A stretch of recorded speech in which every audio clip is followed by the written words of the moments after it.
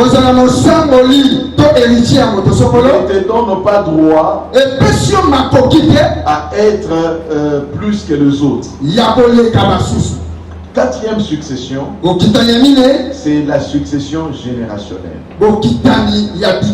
Nous sommes dans Matthieu chapitre 1er, du 1er au 17e verset. Mais nous allons lire le 17e verset. La Bible dit ceci: il y a donc en tout 14 générations depuis Abraham jusqu'à David. 14 générations 14 générations depuis David jusqu'à la déportation à Babylone. 14 générations et 14 générations depuis la déportation à Babylone jusqu'à Christ. 14 générations Matthieu chapitre 1er verset 17. C'est là que nous lisons, mais tu peux commencer à partir du premier verset.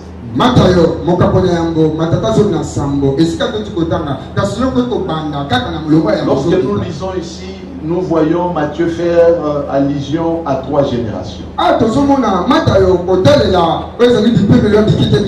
qui est réparti en 14 par génération. Mais ces 14 générations donnent en soi une génération. De Abraham à David, une génération. De David à la déportation, une génération. De la déportation à Christ, une génération. Donc 3 générations. Mais vous allez constater que ici Matthieu ne fait pas mention de la première génération qui commence d'Adam jusqu'à Abraham, et de la dernière génération qui commence de Christ jusqu'à nous. C'est cette génération que Jésus dit: cette génération ne passera pas que tout cela n'arrive. Et il dit dans cette génération, quand le Fils de l'homme reviendra, trouverra-t-il de la foi sur la terre? Dans le 5 générations, la première c'est la génération d'Adam jusqu'à Abraham. 14 générations. Deuxième génération, d'Abraham jusqu'à David. 14 générations. Troisième génération, de David jusqu'à la déportation à Babylone. 14 générations à l'intérieur. Quatrième génération, de la déportation à Jésus-Christ. Il y a eu aussi 14 générations à l'intérieur. Et de Jésus à nous, c'est cette génération qui ne va pas passer, que nous allons vivre des temps difficiles, des temps de la désolation. C'est ce que nous sommes en train de vivre aujourd'hui.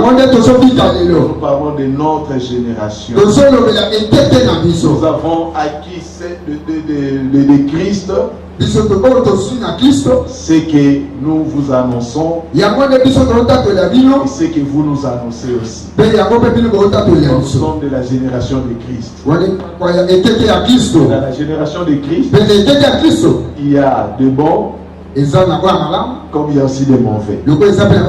Et la 5e type de succession selon la Bible, c'est la succession prophétique. La succession prophétique, nous pouvons le voir dans le livre de Deutéronome chapitre 18, le verset 15 et le verset 18.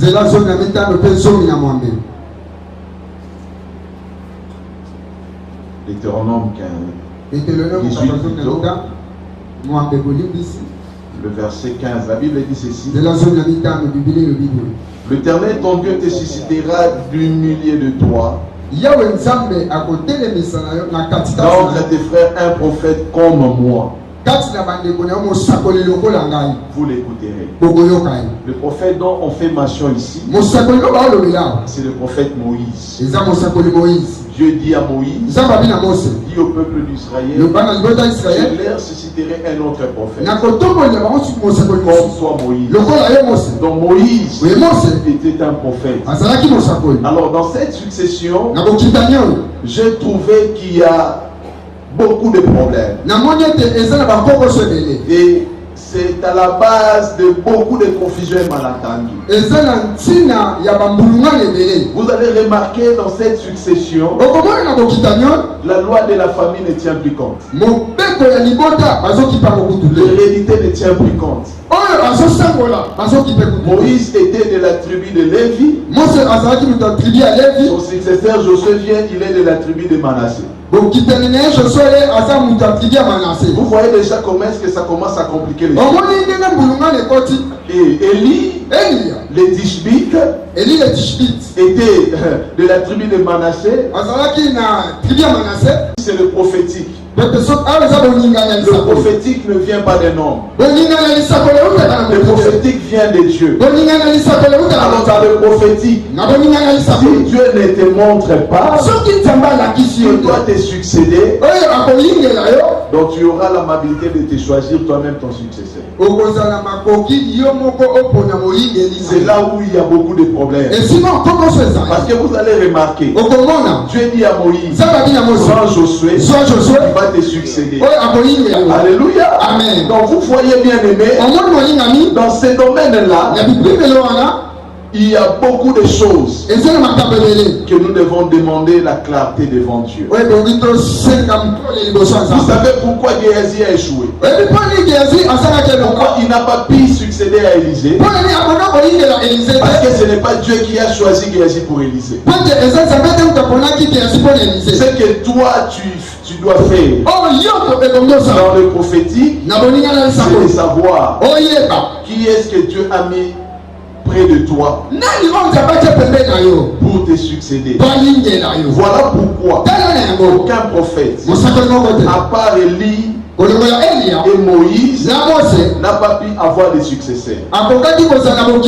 Qui peut me dire? Donnez-moi un nom. Dans la Bible, un prophète qui a eu un successeur.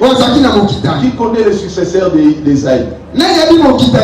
Qui connaît le successeur de Jérémie? Qui connaît le successeur? Si je commence à Ésaïe jusqu'à Malachie, qui peut me donner leur successeur?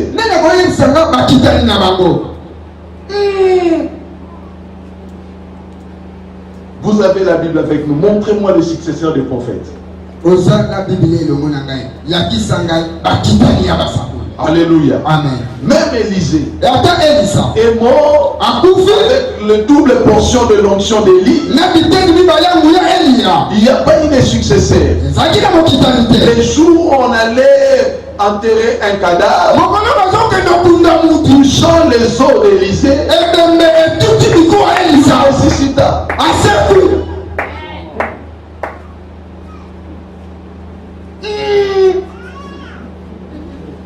Et toi qui te dis, tu auras des successeurs. Qui t'a choisi des successeurs? Attention de choisir les successeurs, tu peux choisir Géasi. Même Paul n'a pas laissé de successeurs. J'aimerais quiconque a des filles dans cette conférence. Amen. Qui peut me montrer là où Paul a laissé un successeur?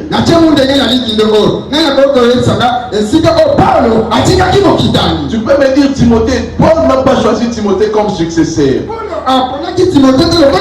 Comme beaucoup le croient. Des Actes des Apôtres jusqu'à Hébreux, tu ne trouveras aucune place. Paul dit à l'église, il a choisi Timothée comme son successeur. Vous savez pourquoi? Parce que dans l'église du Seigneur, il n'y a pas de successeur. Il n'y a que la continuité et la complémentarité.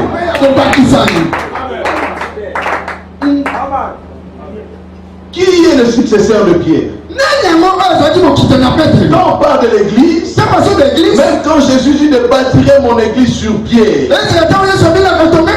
il n'a pas dit à ses disciples qu'après moi c'est Pierre qui sera votre guide. Il est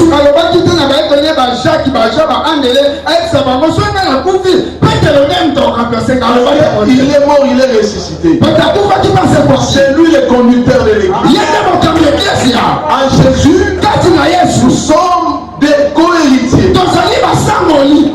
Là, il n'y a pas de succès. successeur dans l'église de Dieu. Dans l'église corps, il n'y a pas de successeur. Il y a la continuité. Le seul visionnaire, c'est Jésus. Il a appelé Pierre, il a appelé Paul, il m'a appelé, il a appelé l'apôtre Léonard. Il a fait des uns et des autres comme. Et nous assumons la continuité